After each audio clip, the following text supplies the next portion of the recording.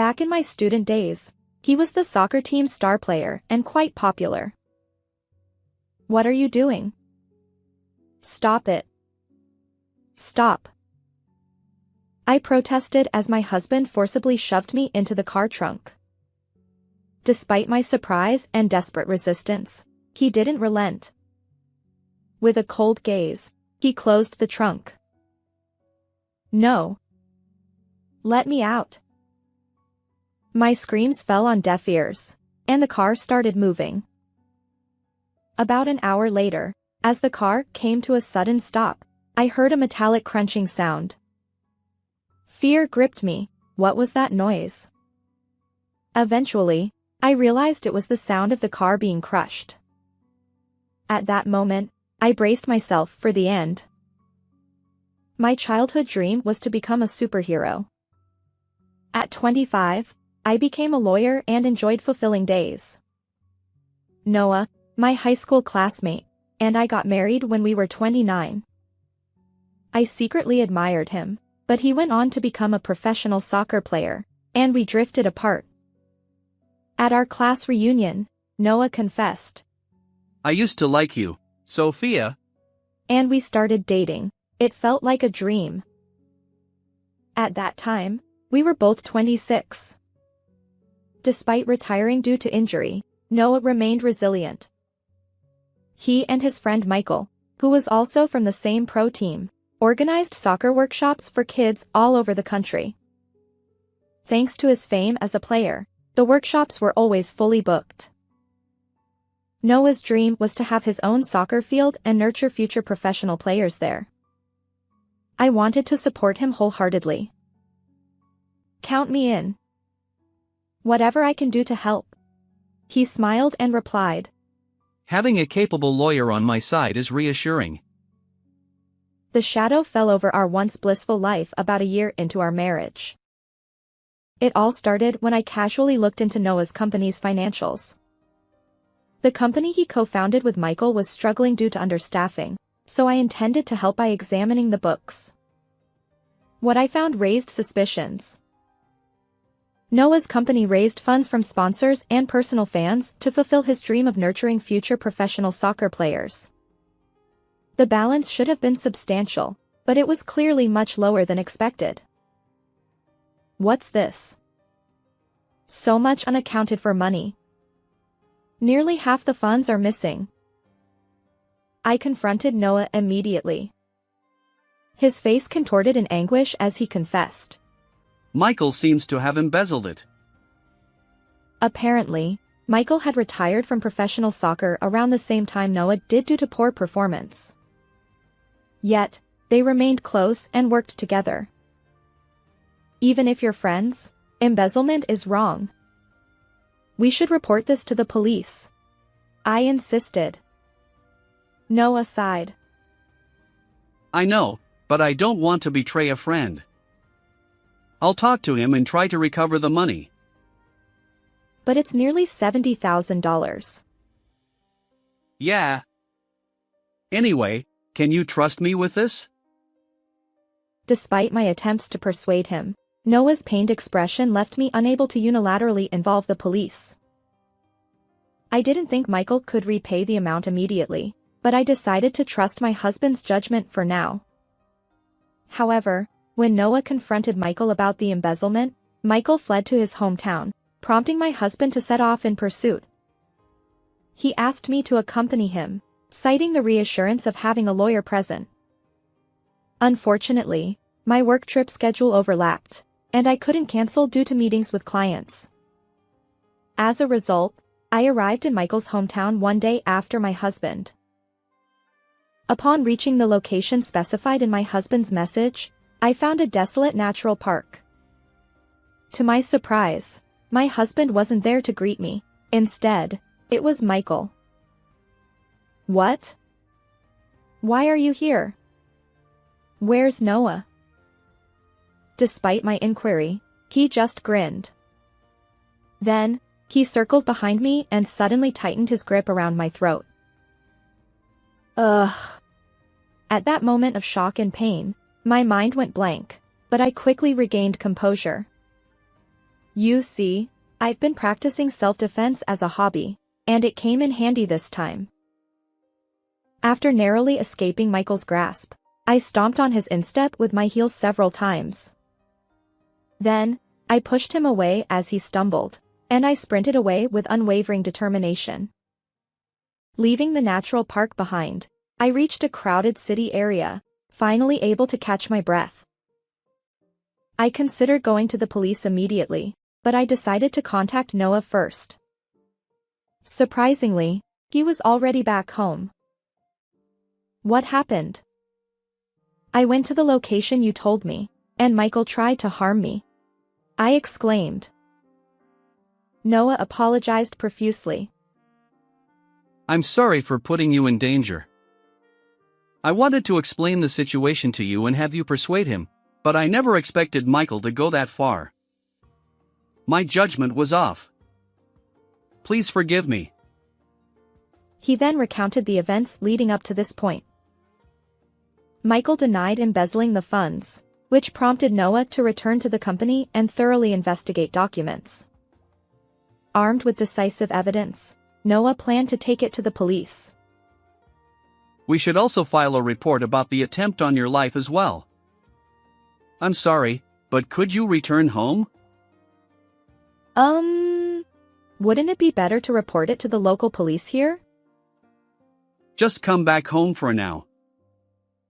At my husband's pleading, I decided to return home for the time being. 3 hours later, just as I returned home, my husband greeted me at the front door. We need to go to the police right away.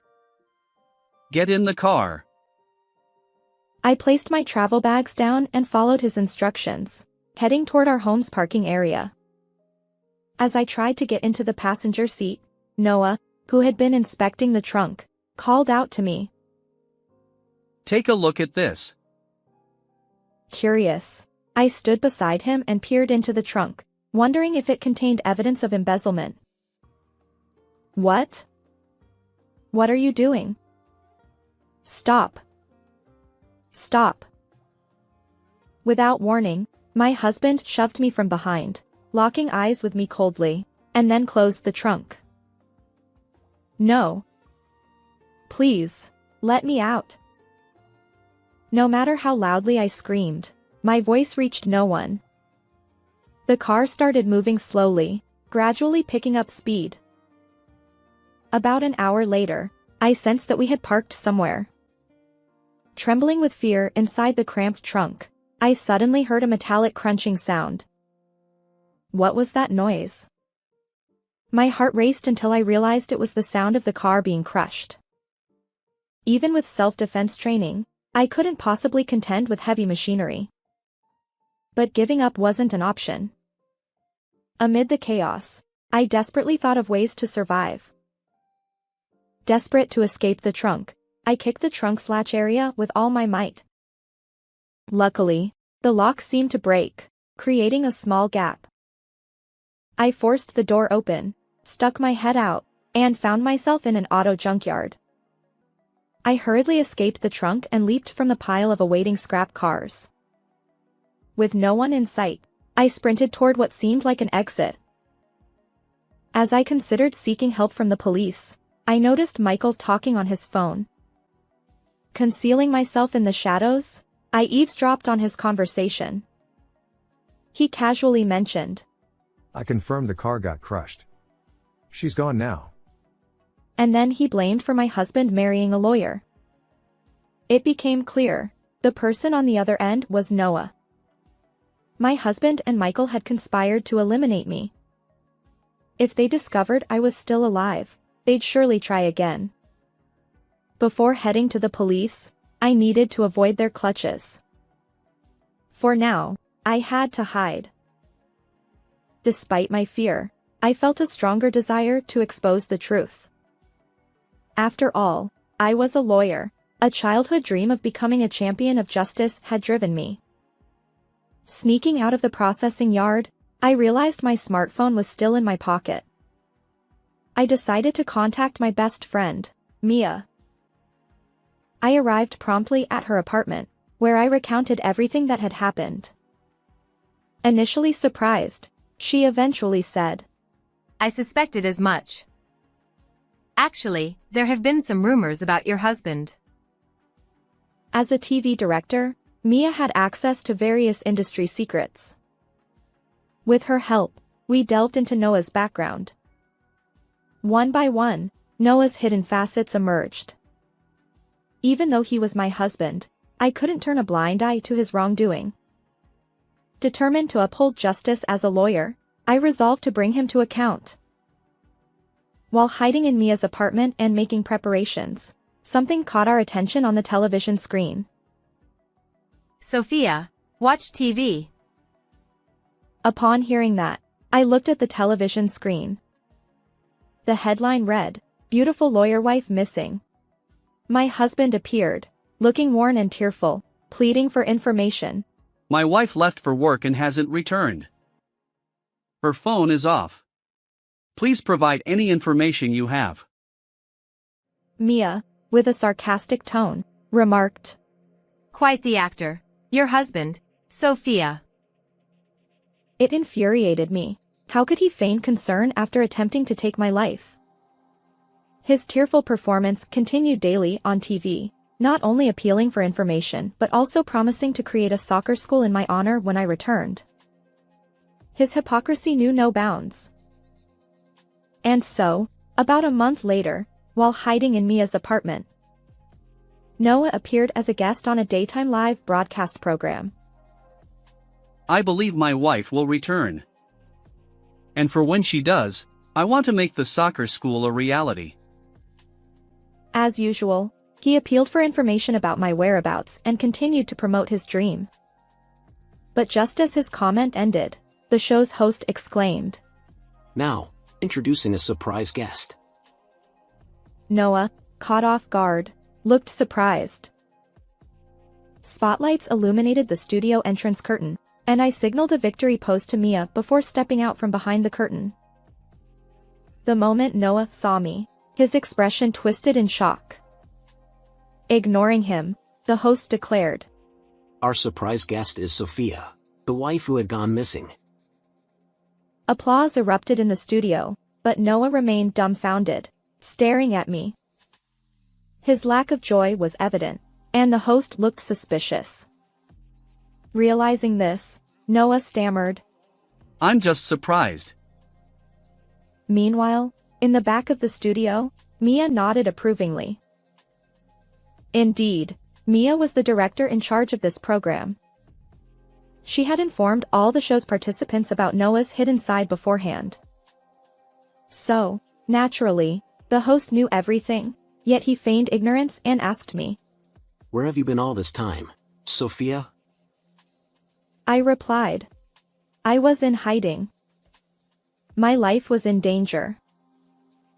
As I answered, the celebrities present gasped dramatically, exclaiming, What? The host also remarked, That's quite an intense story. Then, he turned to Noah and asked, Were you unaware of any of this? Noah stammered, I didn't know, of course. sensing the scrutiny around him. He hurriedly approached me, his tearful face attempting to embrace me. Sophia.